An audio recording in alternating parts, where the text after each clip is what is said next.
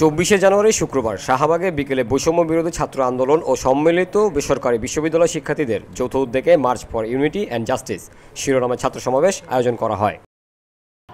আমরা এক দফা যখন ঘোষণা করেছিলাম তখন আমরা বলেছিলাম আমরা শেখ হাসিনার পতন চাই। সমাবেশে অংশ নিয়ে ছাত্রনেতারা বলেন, বেসরকারি বিশ্ববিদ্যালয় ছাত্ররা লুটপাটের মধ্যে নেই। আমরা লড়াই করেছি। আমরা চাই কোটা সংস্কারের মধ্য দিয়ে যেন রাষ্ট্র সংস্কার হয়। কলঙ্ক আমরা অনুসরণ করছি।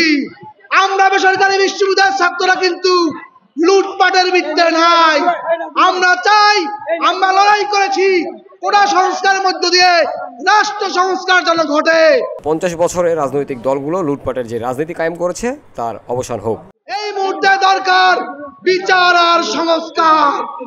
আছে আমরা কি বলেছিলাম না? আমরা এক দফা যখন ঘোষণা করেছিলাম তখন আমরা বলেছিলাম আমরা শেখ হাসিনার পতন চাই, ফ্যাসিবাদের বিলোপ চাই। আয়োজিত সমাবেশে অংশ নেয় north south university, Sonargaon university, Dhaka international university সহ অন্যান্য বেসরকারি বিশ্ববিদ্যালয়ের ছাত্ররা। জামিল হোসেন জিতু, বিউটি বাংলা, ঢাকা।